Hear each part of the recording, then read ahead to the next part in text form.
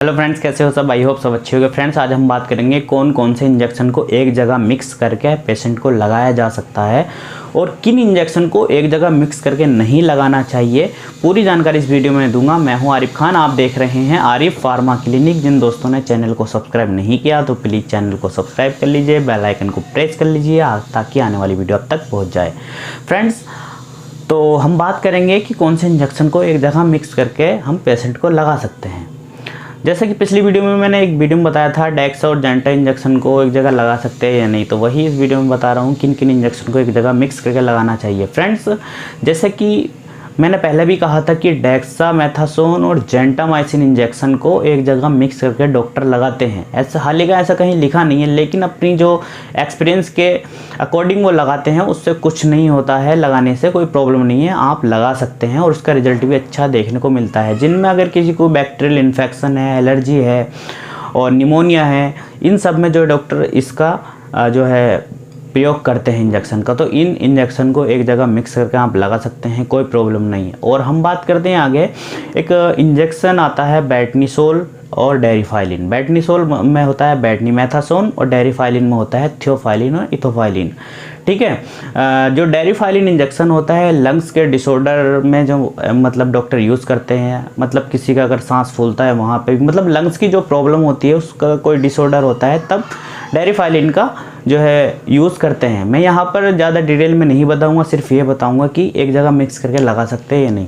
तो जो बैटनीसोल इंजेक्शन होता है, डेरिफाइलिन इंजेक्शन होता है, एक जगह मिक्स करके जो है लगाया जा सकता है। आईवी इसको लगाना रहता है और इसको बहुत स्लो लगाना रहता है। ठीक है, और जैसे कि अब हम आगे अगर बात करें, जैसे अगर किसी को वोमिटिंग की प्रॉब्लम हो रही है और गैस बन रही है उसको, तब कौन सा इंजेक्शन लगाना रहता है? तब डॉक्टर क्या करते हैं, रेंटेक इंजेक्शन और पेरिनोर्म इंजेक्शन आता है, उसको एक जगह मिक्स करके, और पेरिनोर्म में होता है मेटिक्लोप्रोमाइड, ठीक, तो उसको एक जगह मिक्स करके जो है लगा सकते हैं। रेनिटिडीन और पेरिनोर्म इंजेक्शन को एक जगह मिक्स करके लगा सकते हैं, कोई प्रॉब्लम नहीं होगी। वहाँ पे जो वोमिटिंग और गैस बन रही है उसमें बहुत रिलीफ मिलेगा।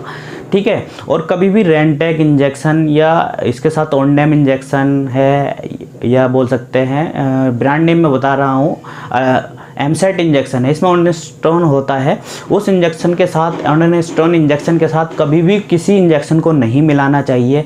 वो क्या होता है, वो रिएक्ट करता है, ज़्यादातर इंजेक्शन के साथ रिएक्ट करता है और उसका जो कलर चेंज हो जाता है। कोई भी इंजेक्शन का कलर अगर चेंज हो जाता है किसी इंजेक्शन के मिक्स करने पर, तो उस इंजेक्शन को तुरंत वहाँ से फेंक देना चाहिए, हटा देना चाहिए, लगाना नहीं चाहिए। इससे जो है प्रॉब्लम क्रिएट हो सकती है और वो आपस में इंजेक्शन रिएक्ट करने के बाद में अगर आप लगा दोगे तो बहुत सारी प्रॉब्लम देखने को मिल सकती है। तो कभी भी ओंडेनसेट्रोन यानी कि ब्रांड नेम एमसेट है और ओंडम है, ये इनके साथ मिलाकर नहीं लगाना चाहिए। ओके, तो अगर किसी को रेंटेक और पेरिनोर्म इंजेक्शन मिलाकर आप लगा सकते हैं, कोई प्रॉब्लम नहीं है। ओके, अब बात आती है एविल। अगर किसी को किसी टाइप का रिएक्शन हो जाता है, कोई मेडिसिन खाता है उससे रिएक्शन हो जाता है उसका, या किसी ड्रिप को लगाने के बाद में रिएक्शन हो जाता है, किसी को एलर्जी की प्रॉब्लम होती है, बहुत दिन से एलर्जी नहीं गई है, तो वहाँ पे डॉक्टर को आपने देखा होगा एक एविल और बैटनीसोल या एविल के साथ डेक्सा इंजेक्शन को मिक्स करके लगाते हैं।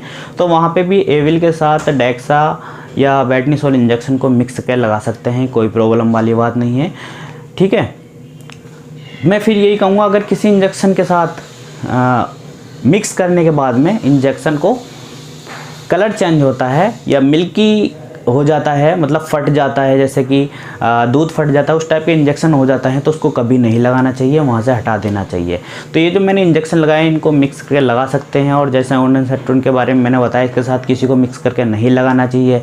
मल्टीविटामिन इंजेक्शन होते हैं, जैसे एल्डरवीट है, न्यूरोवियोन है, तो इन इंजेक्शन के साथ में पोलिवियोन है, एमबीआई है, इन इंजेक्शन के साथ में कभी भी किसी इंजेक्शन को मिक्स करके किसी पेशेंट को आपको नहीं लगाना है, और जहाँ तक हो सके आप सिंगल ही इंजेक्शन को लगाया करें।